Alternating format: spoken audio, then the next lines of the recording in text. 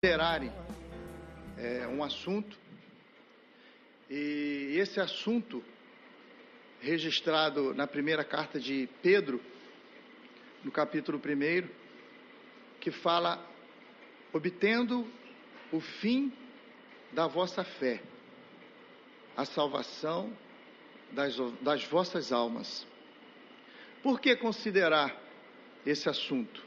Se essa palavra que está sendo dita, o fim da nossa fé, a finalidade da nossa fé, o objetivo da nossa fé, o alvo, se é esse o alvo, se é essa a finalidade para a qual nós cremos na obra e na pessoa de Cristo, nos seus ensinos, se essa é a finalidade, por que nós então não concentrarmos as nossas atenções, as nossas forças, os nossos recursos para alcançar esse objetivo, essa finalidade?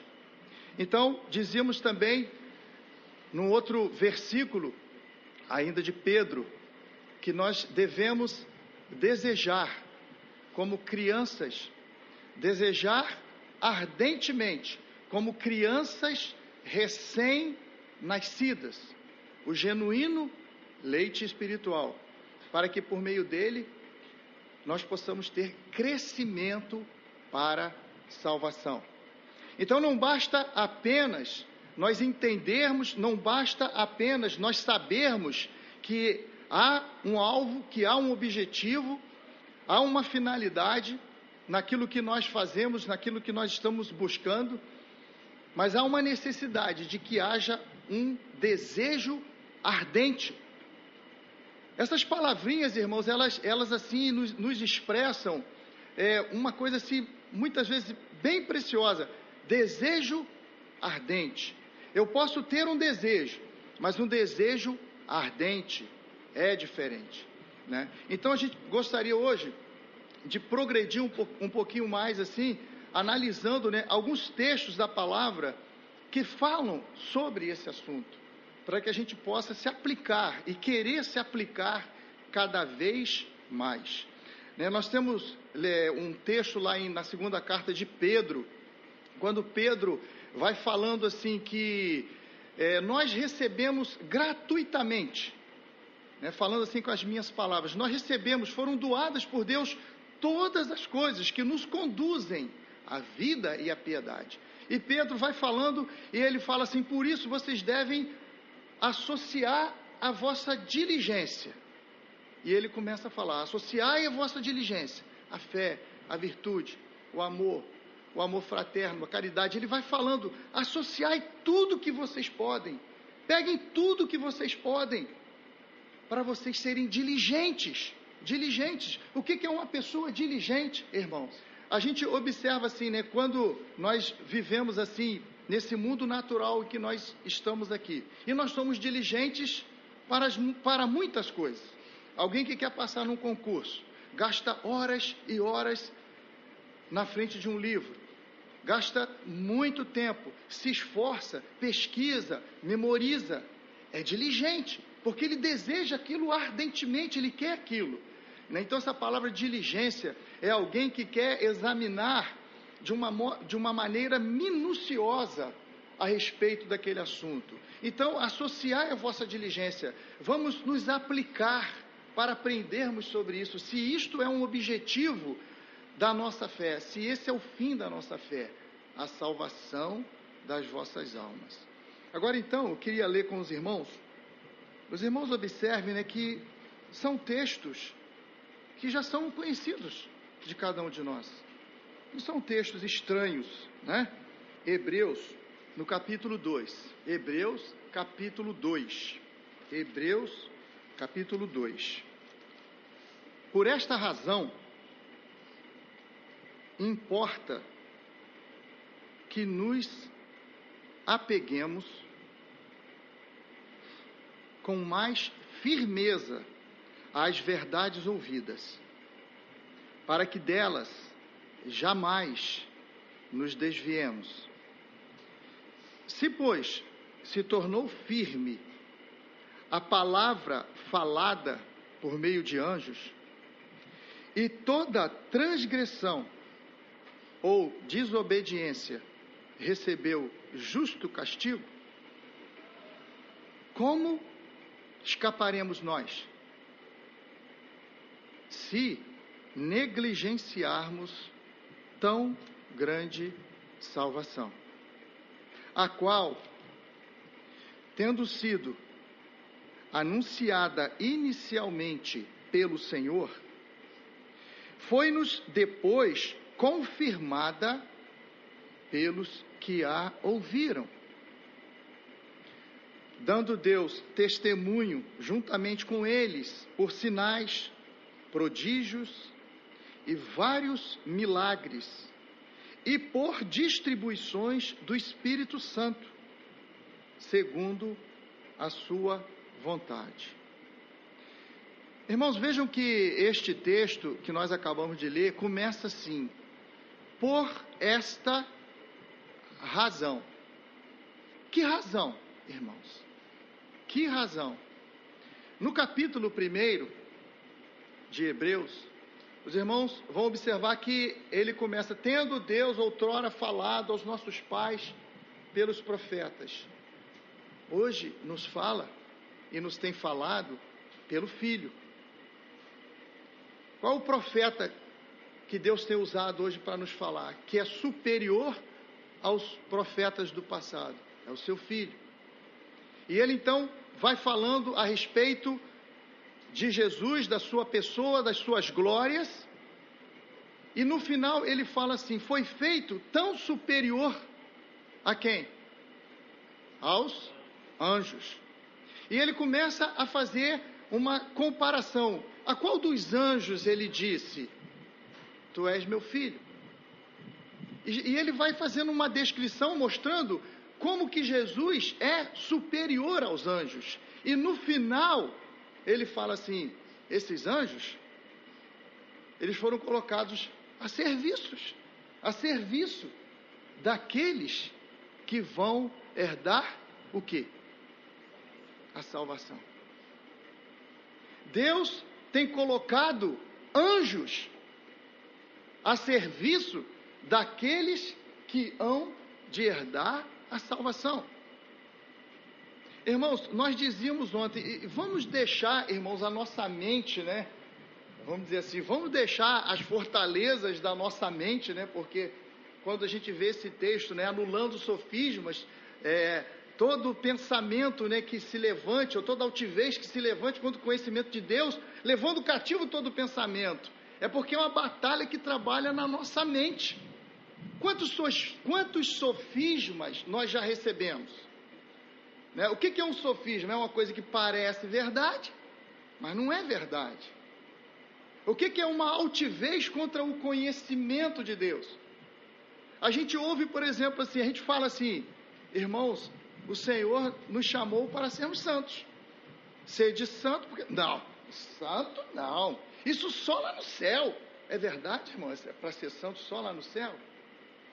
Jesus foi santo só lá no céu? Jesus foi santo só quando ele foi glorificado lá no céu? Ele já tinha sido glorificado aqui na terra, irmãos. Quando ele se transfigurou, ele mostrou a sua glória. Jesus não precisava nem morrer, porque ele já tinha sido glorificado. O que o Pai fala? Eu já te glorifiquei e ainda vou te glorificar. Né? Ele glorificou ele aqui na terra, mostrando a glória dele, mas ele disse: eu vou te glorificar te assentando à minha direita. Jesus morreu porque ele se entregou, porque ele precisava morrer por nós. Então, o Senhor tem colocado anjos a serviço da nossa salvação. E nós recebemos muitas informações sobre salvação. Eu sei que eu diria aos irmãos, eu tenho completo conhecimento sobre esse assunto? Eu não tenho, irmãos. Por isso que eu estou dizendo aos irmãos: vamos esgotar esse assunto. Vamos buscar esse assunto, vamos nos interessar por esse assunto, vamos querer viver esse assunto. Eu disse aqui aos irmãos, quando essa palavra penetrou no meu coração, me cortou, eu comecei a orar todos os dias, irmãos, todos os dias: Senhor, me salva, tira de mim toda a escória, porque essa é a salvação, irmãos, despojando-vos de toda a maldade, de todo o dolo, de toda a hipocrisia, de toda a maledicência, de toda a inveja. Aí ele continua: desejai. É um trabalho que Deus quer fazer, um trabalho negativo e um trabalho positivo. O trabalho negativo é tirar tudo que é ruim. Como que eu posso ser humilde? Como que eu posso ser humilde se o meu coração está ocupado ainda com orgulho, presunção, soberba, vaidade, autossuficiência, autodependência? Como que eu posso ser humilde, irmãos, enquanto essas coisas habitarem no meu coração? Como que eu posso amar o meu próximo ajudando, se ainda o meu coração é avarento? Como, irmãos? Como que eu posso ser um homem manso, disposto a abrir mão de direitos, se eu ainda tenho um coração cheio de vingança, cheio de rancor, cheio de amargura? Então esse trabalho de salvação que ele está falando aqui, é tirar o que não presta, é tirar toda escória e colocar as virtudes dele. Isso é a salvação. A gente poderia dizer em outras palavras, é a maturidade, é o alvo do crescimento que nós devemos buscar, é o fim da nossa fé. Então, ele está falando assim, veja bem, os anjos trabalham para a nossa salvação. Então, muitas coisas nós não compreendemos, talvez até porque recebemos um ensino errado, aquilo nos bloqueia.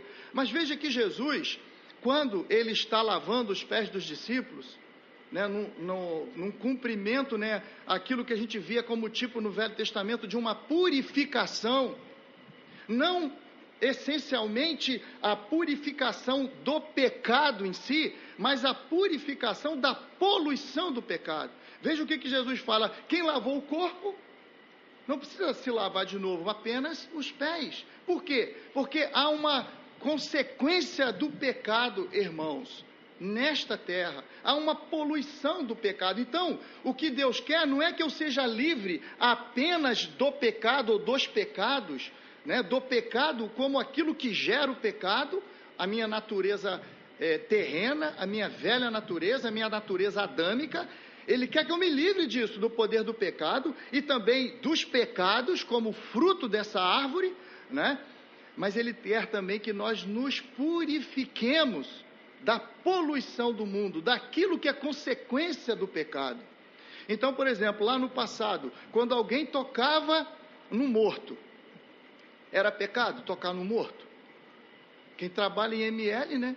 Quem trabalha em MEL tem que todo dia se purificar, né? Mas essencialmente, né, poderia dizer assim, não é um pecado você tocar no morto, mas você estava tocando numa consequência do pecado, né? Porque a morte é o castigo do pecado. Então quem tocava no morto, ele tinha que aspergir sobre ele sangue misturado com as cinzas de uma novilha ou de um novilho, né? E tinha que aspergir para que ele fosse purificado. Todo aquele ritual, quem tivesse contato com um leproso, então precisava se purificar, né? Então, quando Jesus fala assim, eu vou lavar os pés, e eles então ficaram assim, mas que isso, Pedro? Não. E depois Pedro já queria que ele já desse banho nele completo, mas então Jesus fala assim, o que eu faço agora, vocês não vão compreender, mas lá na frente vocês vão compreender, né? Nós precisamos descansar nessa palavra, irmãos. Veja que Jesus vai falar assim, olha, algumas coisas vocês não estão prontos para ouvir agora não, mas quando o meu Espírito vier, quando o Espírito Santo vier, ele vai vos guiar toda a verdade. Então nós temos que entender algo, nós temos que descansar algo, que se tem algo que eu ainda não compreendi, eu posso esperar que lá na frente eu vou compreender. Então, não vamos rejeitar essa palavra. Aí, já vem falar de salvação. Não, mas crente não perde salvação. Não, uma vez salvo, salvo para sempre. Não, mas olha o que a palavra fala. O que a palavra fala, irmãos?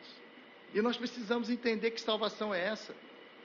E aqui, então, ele está falando assim, olha, Deus colocou os anjos a serviço daqueles que hão de ser salvos. E se nós somos esses que hão de ser salvos, irmãos, esses anjos estão a nosso serviço. E aí ele está falando assim, por esta razão, porque Deus tem movimentado os céus, porque Deus tem dado recurso a vocês, por esta razão. Aí de novo, importa que nos apeguemos, desejai ardentemente, apeguemos. Mas, irmãos, deixa eu dar um exemplo aqui. Apeguemos. Da maneira como eu pego, irmãos, pode cair. Aí, como diz alguém, eu posso atravessar o Guaíba e ele não vai derreter. Se eu me apegar com firmeza, veja a força das palavras. Apeguemos com firmeza. O que é se apegar com firmeza? É eu ler a Bíblia uma vez por semana? É eu orar de 15 em 15 dias? É eu jejuar uma vez no ano? Há até, né, a discussão, quando é que nós devemos fazer a ceia? Quando é que nós devemos lembrar que o sangue de Jesus é que nos purifica, é que nos salva, é que nos santifica, é que nos permite entrar nos santos dos santos e habitar? Quantas vezes que nós devemos lembrar disso? Jesus fala assim: fazei isto em memória de mim. Quantas vezes, irmãos, quantas vezes nos anos nós deveríamos lembrar que Jesus sofreu por nós, que o sangue dele foi derramado por nós? Uma vez por ano só. Quantas vezes nós devíamos lembrar que nós fomos feito um corpo, que nós fomos feito uma família, por este sangue que foi derramado? Uma vez só, irmãos? Uma vez só? Será que nós não deveríamos, todos os dias na nossa casa, na hora que a gente fosse comer, a gente pegar o cálice e se unir com os nossos filhos e dizer: isso aqui é o sangue que Jesus derramou em nosso favor. É o sangue que Jesus, é o preço alto que Jesus pagou pelas nossas almas. Nós deveríamos lembrar todos os dias, irmãos, desse sangue. Nós deveríamos lembrar todos os dias que a carne dele foi rasgada, rompendo a separação que havia entre nós e o Santo dos Santos.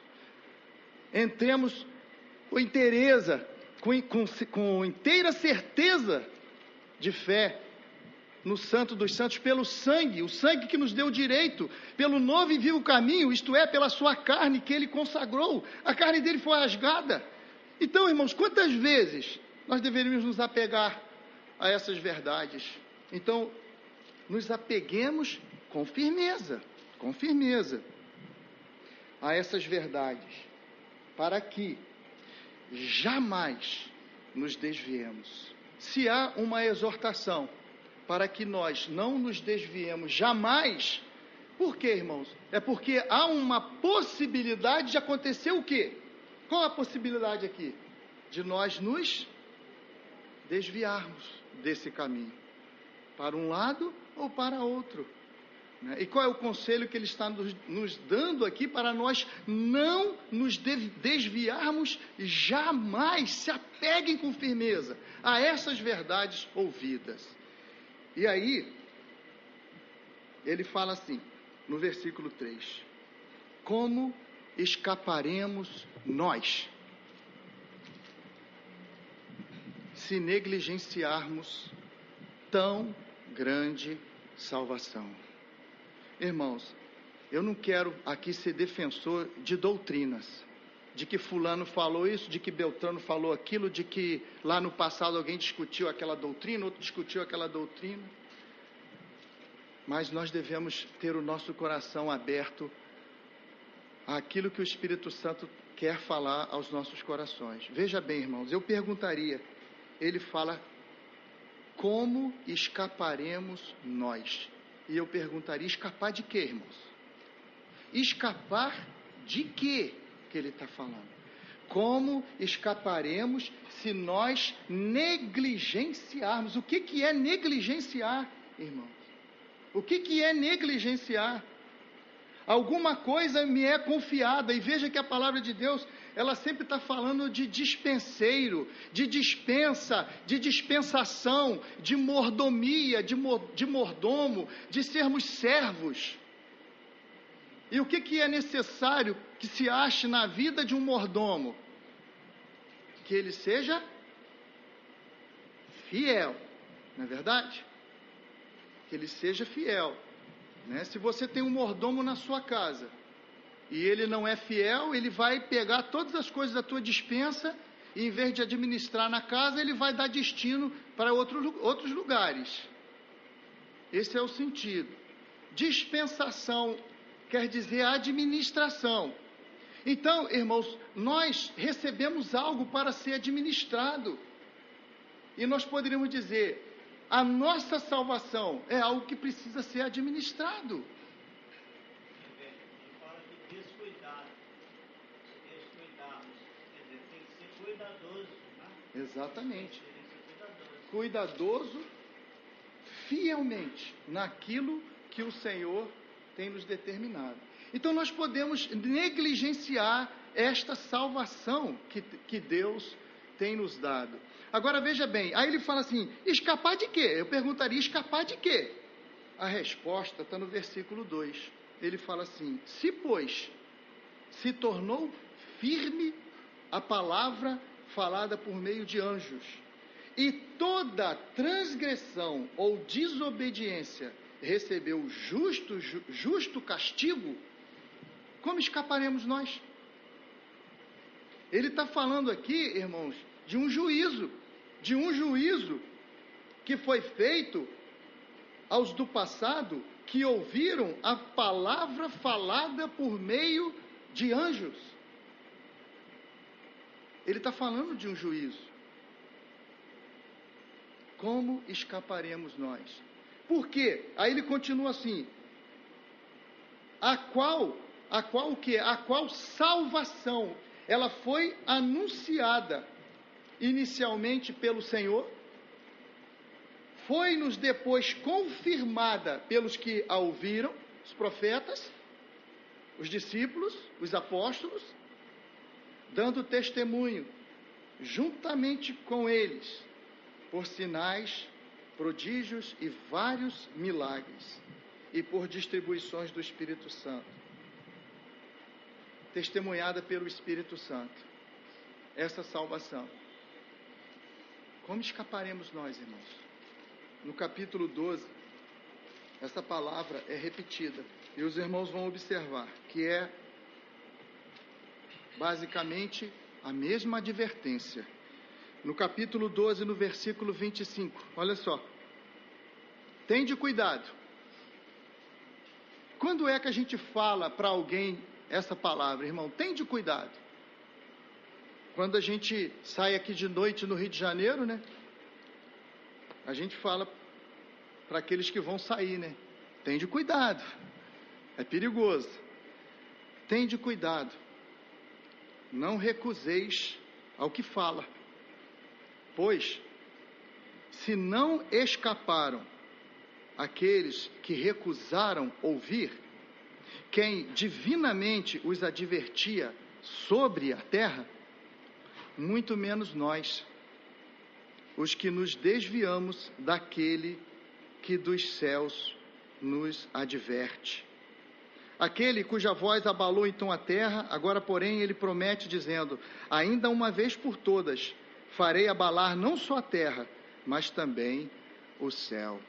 Como escaparemos nós, irmãos, do juízo de Deus? Como seremos salvos da ira de Deus? Deus providenciou em Cristo tudo o que o homem precisa para ser salvo. A graça, ela não é um fim em si mesma. A graça é um meio. A graça é providência de Deus para que nós possamos ser salvos. Uma salvação completa. Tão grande salvação. Espírito, alma e corpo. Tão grande salvação. Ele salva o nosso espírito, ele salva a nossa alma, ele salva o nosso corpo. Agora, irmãos, queria que a gente fosse a Filipenses. Filipenses no capítulo 2.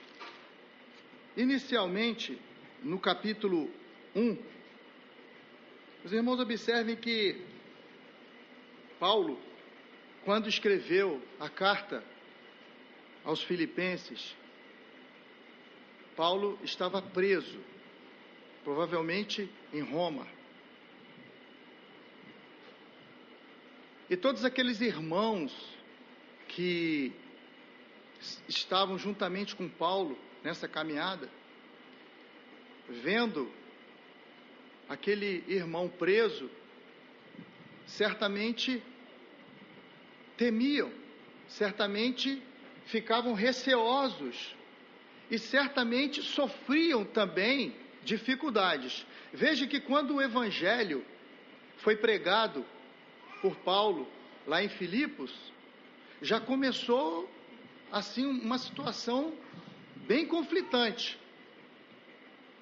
Lídia se converte, depois tem uma jovem possessa de um espírito, e Paulo ora por essa jovem e ela é liberta, mas ela dava lucro àqueles homens. E isso já levou com que Paulo e Silas fossem presos. Já começou assim, irmãos, nesse clima, o evangelho lá em Filipos. O carcereiro, depois de ver a cela aberta, fica desesperado. E Paulo prega o evangelho para ele, aquele homem é salvo. E ali então já começa, a gente vê, já começa o evangelho em Filipos, já num clima de conflitos. Os irmãos tinham motivo para temer, para ficarem tristes, para desanimarem, e Paulo então está exortando esses irmãos. Se os irmãos observarem, os irmãos vão ver que Paulo, ele fala assim: olha, vocês fiquem tranquilos, eu estou aqui na cadeia, mas isso que está acontecendo comigo está ajudando para o progresso do evangelho.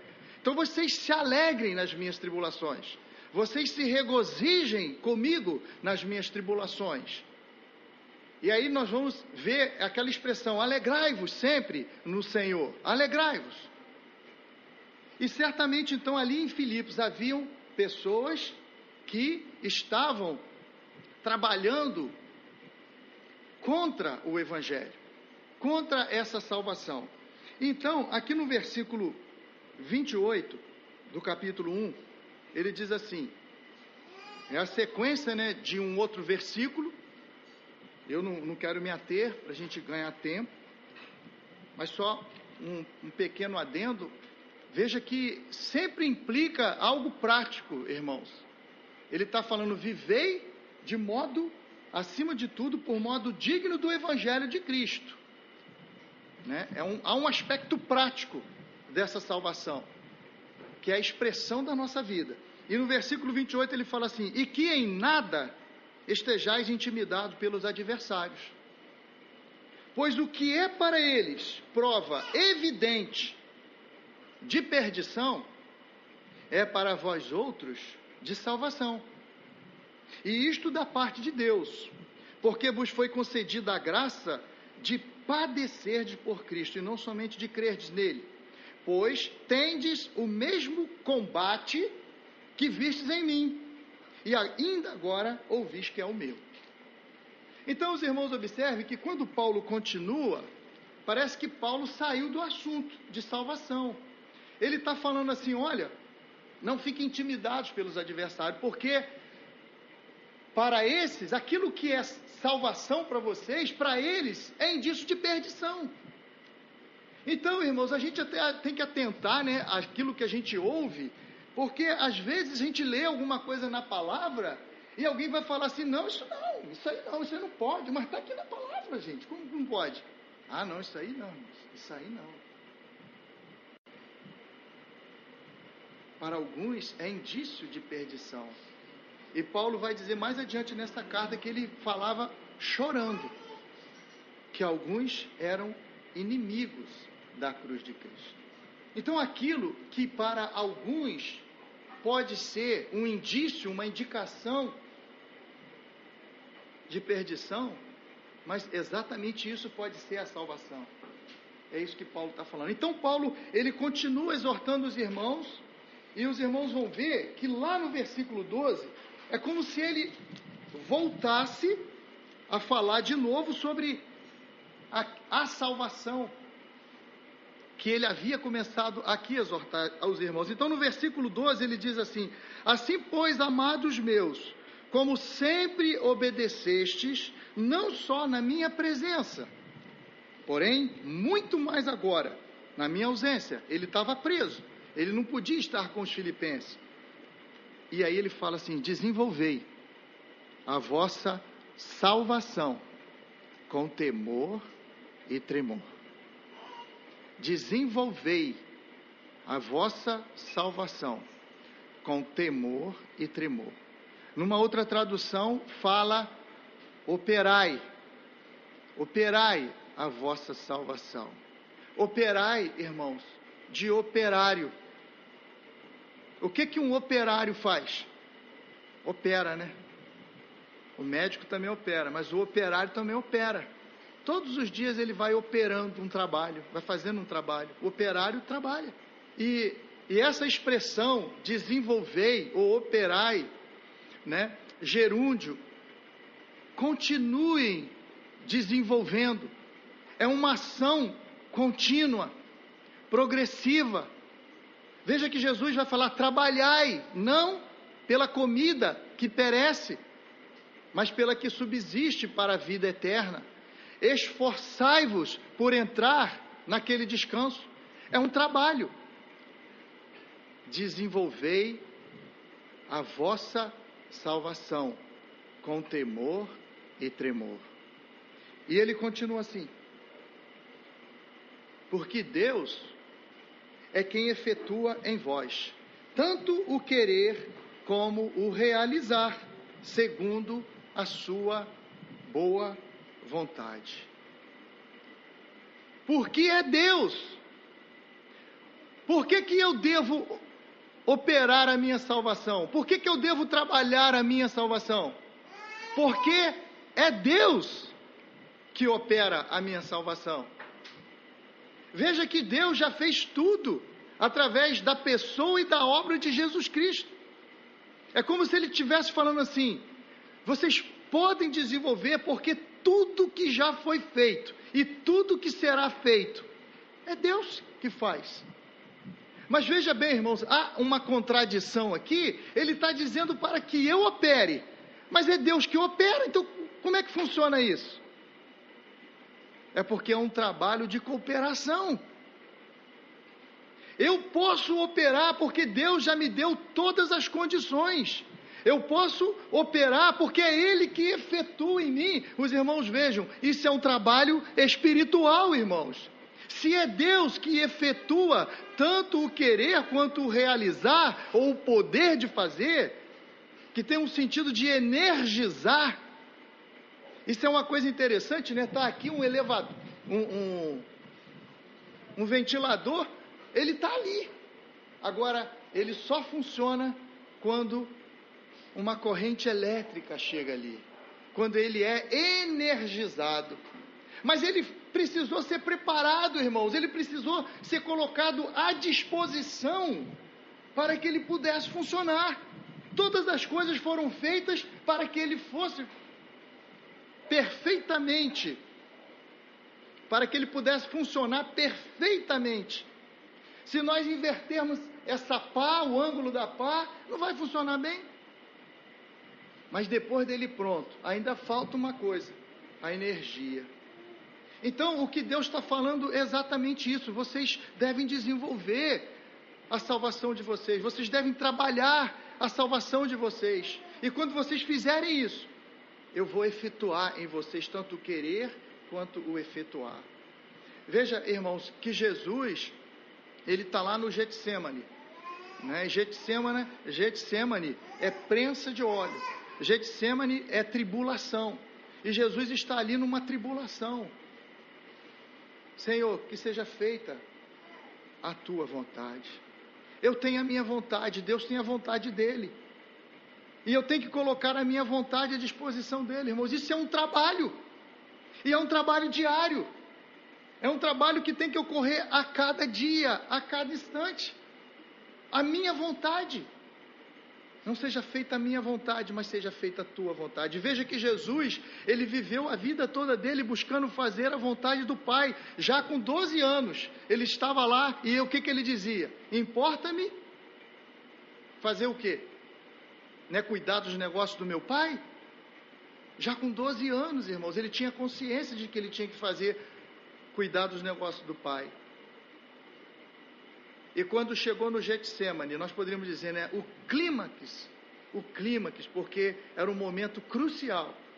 Ele ia ter que tomar uma decisão, ele ia ter que passar por uma experiência de chegar ao ponto de ser abandonado pelo próprio Pai. E a nossa vontade? Isso precisa ser trabalhado. Desenvolvei a vossa salvação. Por que precisa ser desenvolvido, irmão? Por que precisa ser trabalhado? Por que nós precisamos nos apegar com firmeza? Porque o nosso coração, irmãos, ele é difícil. O nosso coração é difícil. A palavra fala que o Senhor, né, Ele vai colocar um coração de carne no lugar de um coração de pedra. A palavra fala de um coração enganoso. Quantas vezes nós nos enganamos a nós mesmos? Quantas vezes nós achamos que estamos num patamar que nós não alcançamos? Ou quantas vezes nós achamos que alcançamos, e às vezes já até alcançamos esse patamar, irmãos, mas não percebemos que nós podemos cair dele. Veja que Paulo vai falar assim, aquele que está de pé, é para cuidar, para fazer o quê? Cuide para que não caia. É porque há a possibilidade de nós cairmos. Mas o nosso coração, além de ser enganoso, ele é um coração muitas vezes endurecido. É um trabalho difícil, irmãos. É um trabalho difícil. Às vezes é muito fácil a gente até olhar para o coração do outro. Talvez a gente consiga até ver melhor, né? Por causa da visão. Estamos de frente, então a gente olha o coração do outro. Mas o Espírito Santo olha o nosso coração. Veja que o objeto da salvação, irmãos, inicialmente, é a nossa alma. É a minha alma. Veja que Jesus, ele fala para os seus discípulos, se alguém quiser salvar a sua vida. Eu primeiro tenho que salvar a minha. Deus precisa fazer um trabalho, Ele já fez um trabalho por nós. Ele quer fazer um trabalho em nós, para poder fazer um trabalho com nós, conosco. Há uma ordem, por, em, com. Por nós Ele já fez. Em nós, Ele está fazendo. Porque Ele quer fazer também conosco. Em prol de outros homens. Em prol de nós mesmos, uns para com os outros. Então essa salvação, ela precisa ser trabalhada. Ela precisa ser desenvolvida. Porque não é um trabalho fácil. É um trabalho árduo. É preciso se apegar com firmeza, é preciso desejar ardentemente, porque é Deus quem efetua. Isso é um descanso para nós, irmãos, porque é Deus quem efetua. Mas eu não estou isento de responsabilidade. O objeto da nossa salvação, a nossa alma. O que a gente poderia pagar pela nossa alma, irmãos? Qual é o valor da nossa alma? O que nós pagaríamos pela nossa alma? Quanto custa a nossa alma?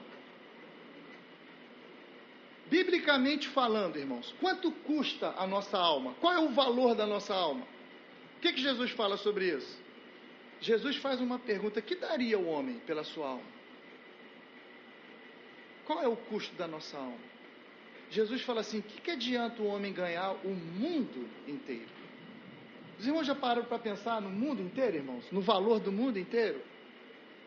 Que daria o homem pela sua alma?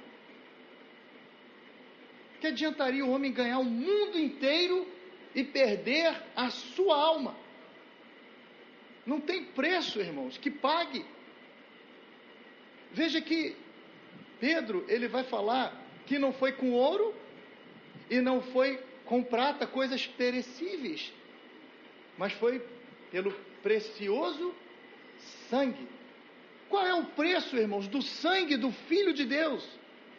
O Verbo encarnado, o próprio Deus se tornando gente, fazendo correr nas suas veias sangue humano, o sangue divino se tornando sangue humano. Lá em Hebreus ele vai falar, né, que ele teve participação comum de carne e sangue. Qual é o valor do sangue de Jesus, irmãos? o próprio Deus se entregando pela nossa alma. Pela nossa alma. Irmãos, não é pouca coisa não, irmãos. O fôlego de vida que Deus sopra num pedaço de barro e forma alma vivente para expressar aquilo que Deus é. Isso é a nossa alma, irmãos. É isso que está em jogo. O que nós poderíamos pagar pela nossa alma? Ele está colocando no mesmo nível do mundo. Eu creio que essa palavra mundo aí, ela está querendo dizer tudo que Deus criou, todo o universo que Deus criou, os seres viventes, os seres celestiais, tudo que Deus criou. Esse é o preço da alma. Olha como que Deus vê.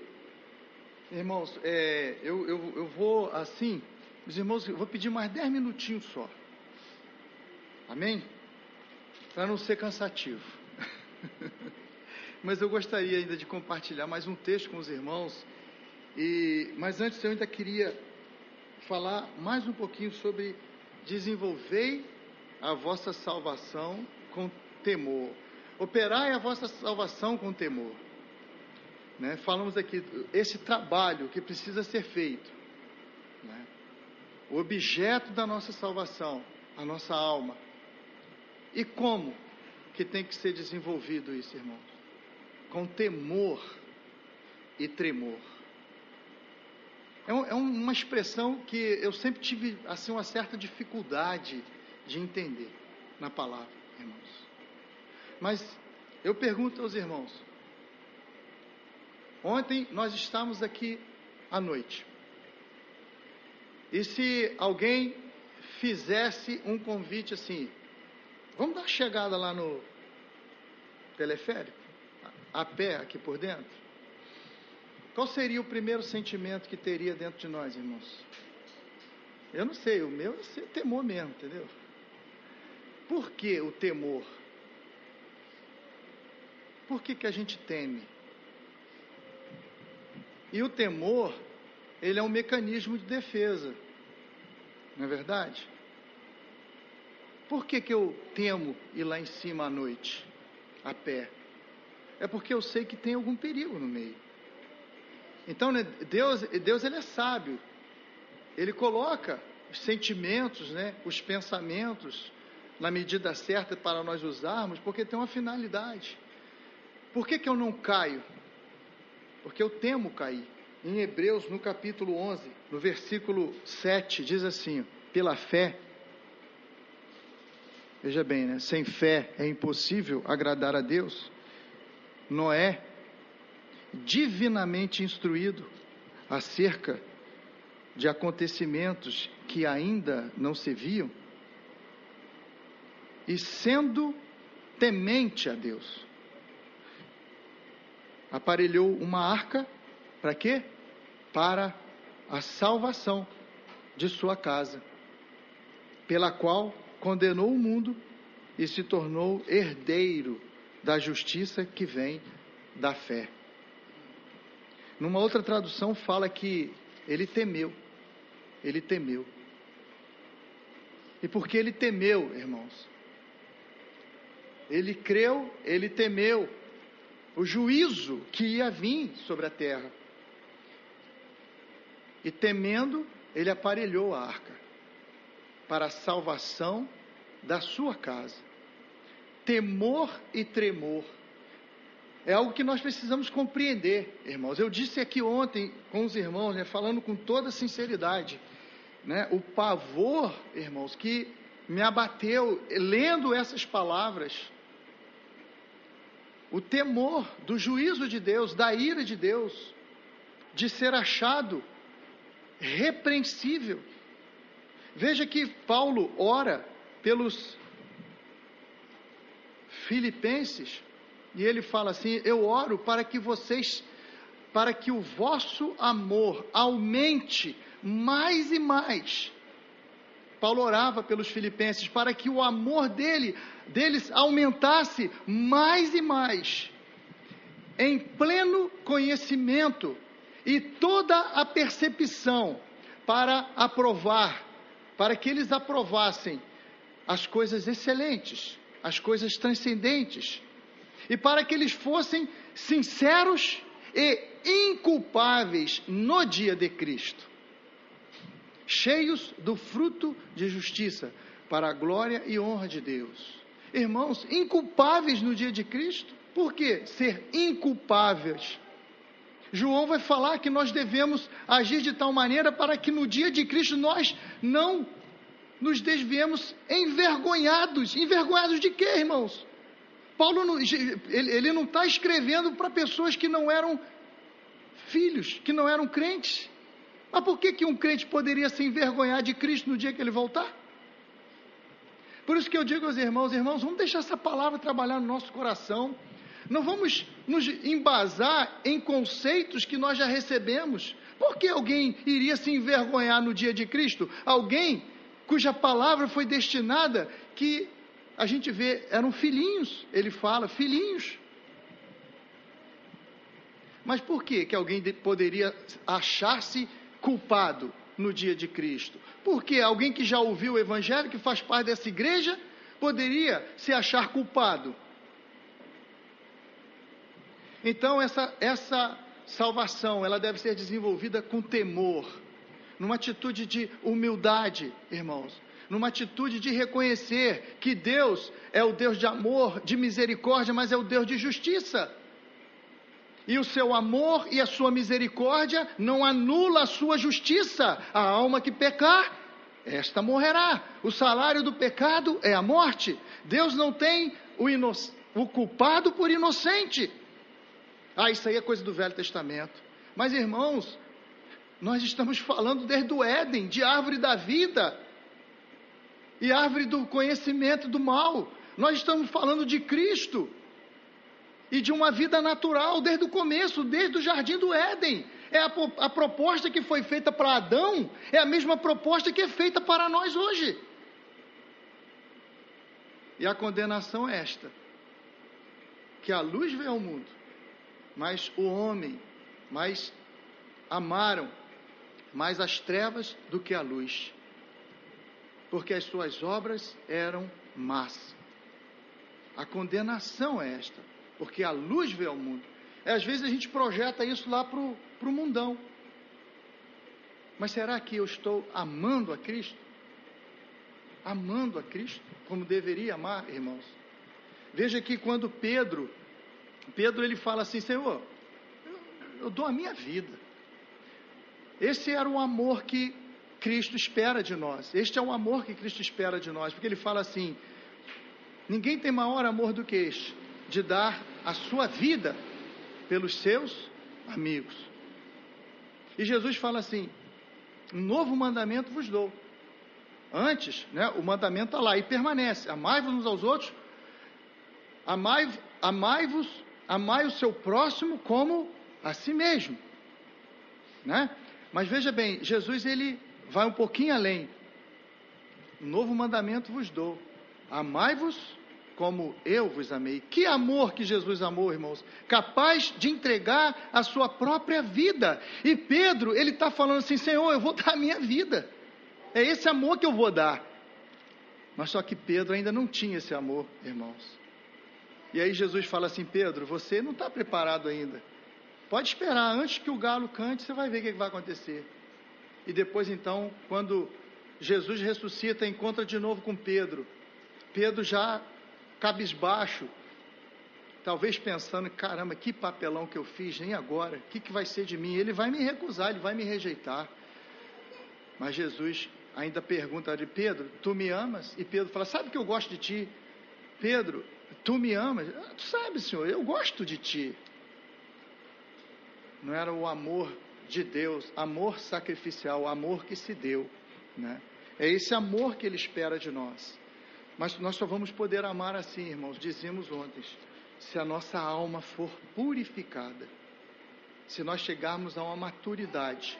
Então, essa salvação, ela precisa ser desenvolvida dessa forma, com temor e tremor. E só para a gente terminar, já estou quase nos 10 que eu falei. Tiago, no capítulo 1, no versículo 21. Olha como ele começa esse versículo, irmãos. De novo, a gente poderia dizer o aspecto prático de tirar aquilo que não presta. E a palavra de Deus, né, ela nos limpa, né? Ela nos limpa, ela nos santifica, ela nos edifica, ela constrói, ela não só destrói, mas ela também constrói. Ela destrói aquilo que não presta e ela constrói aquilo que presta. Veja bem, versículo 21, portanto, despojando-vos de quê? De toda impureza. É interessante, né, irmão, essas palavrinhas toda, porque não é só uma parte da impureza, é de toda. E acúmulo de maldade. Despojando-vos de toda impureza e acúmulo de maldade, acolhei. Acolhei o quê? Com mansidão a palavra em vós implantada ou enxertada, a qual é poderosa para salvar a vossa alma. Tornai-vos, pois, praticantes da palavra, e não somente ouvintes, enganando-vos a vós mesmos, porque se alguém é ouvinte da palavra e não praticante, assemelha-se ao homem que contempla no espelho o seu rosto natural, pois a si mesmo se contempla e se retira, e para logo se esquece de como era a sua aparência. Mas aquele que considera atentamente, veja bem, atentamente na lei perfeita, lei da liberdade, e nela persevera, é uma outra palavra que eu até gostaria, irmão, de compartilhar, mas não vou, porque o tempo não vai dar. Não sendo ouvinte negligente, mas operoso praticante, esse será bem-aventurado no que realizar. Acolhei a palavra.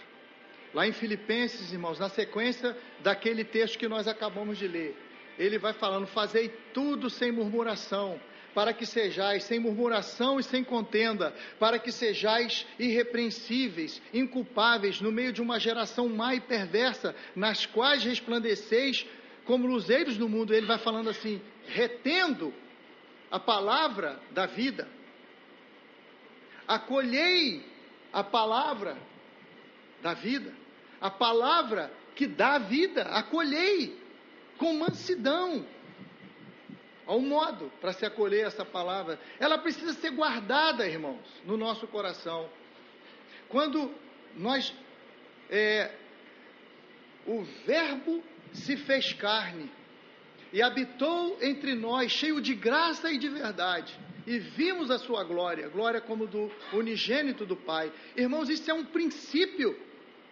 A palavra foi encarnada, a palavra se tornou carne. Essa palavra de Deus, ela precisa ser encarnada em nós. Isso é um princípio. Nós precisamos usar ferramentas que nós podemos para retê-la, para acolhê-la. Só assim ela vai ser poderosa para salvar as nossas almas. Ao nível que ele estabelece para nós buscarmos essa palavra, aquele que medita de dia e de noite. Isso é perseverança, irmãos. Nela persevera. Nela persevera. Os irmãos já experimentaram ficar 24 horas com a palavra no coração? Os irmãos já experimentaram buscar essa palavra incessantemente, constantemente, a cada instante da vida? Irmãos, você está meditando na palavra. De repente, liga-se uma televisão. Aí a tua mente vai para aquilo tudo ali. É Lula, é Lula, é Lulo, tudo que aparece lá. É desemprego, tudo. Você está meditando na palavra, daqui a pouco você ouve uma música lá de fundo, e aquilo começa a martelar na tua cabeça. É assim mesmo, é uma luta, é uma guerra para ela entrar, e há essa guerra. Perseverando nela, essa palavra é importantíssima, irmãos, ela é repetida várias vezes. Se vós permanecerdes em mim, eu permanecerei em vós, se as minhas palavras estiverem em vós, medita na lei do Senhor de dia e de noite. Quantas vezes é repetida essa palavra? Guardar essa palavra, meditar nessa palavra, porque ela é poderosa para salvar as nossas almas. Eu queria convidar os irmãos a se apegarem comigo nesse assunto, irmãos. Ontem o Valverde trouxe já alguma coisa, né, sobre fé, a fé em Cristo. Fé em Cristo, porque, irmãos, nós não podemos fazer nada fora de Cristo, né? Dizíamos, é um assunto amplo. Aí, vamos dizer assim, uma ramificação.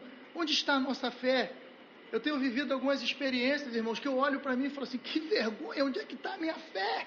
Onde é que está a minha fé?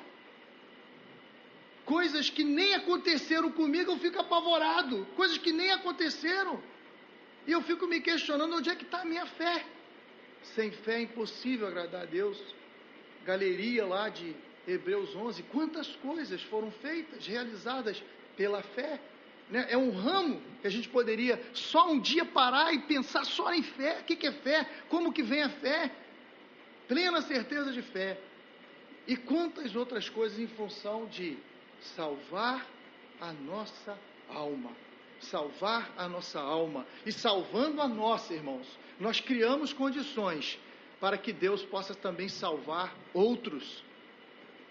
Tende cuidado de ti mesmo e da doutrina, porque fazendo assim, salvarás tanto a ti mesmo como a seus ouvintes. Paulo dizia que esmurrava o seu corpo, para que ele, tendo pregado a outros, ele mesmo não viesse a ser reprovado.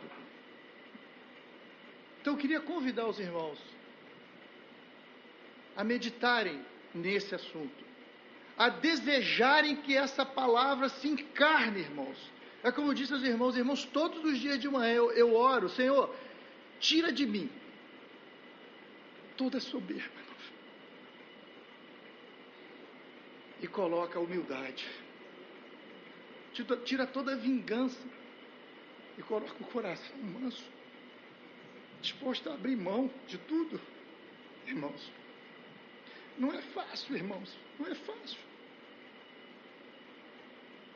Mas não é impossível.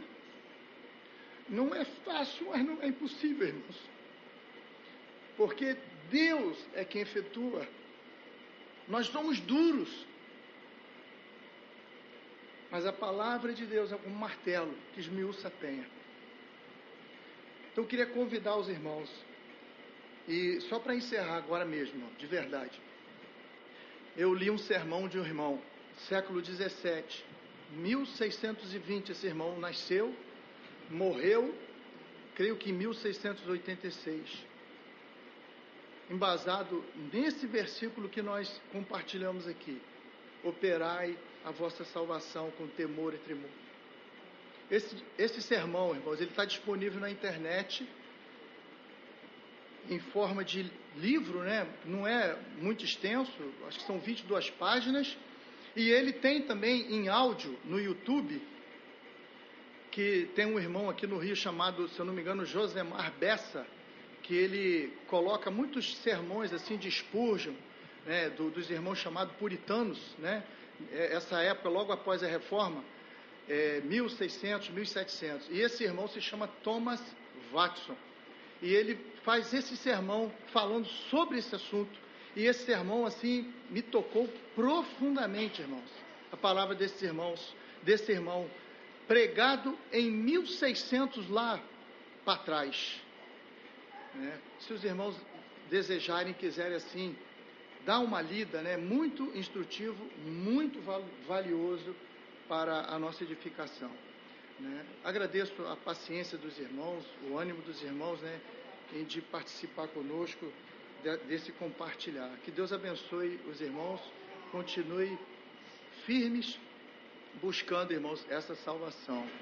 E peço aos irmãos que orem por mim, né, para que o Senhor me dê a graça, juntamente, né, com cada um de nós, podemos alcançar, irmãos, esta salvação, né, esta maturidade, este crescimento que nos vem por meio da obra e da vida e da pessoa de Jesus Cristo. Amém?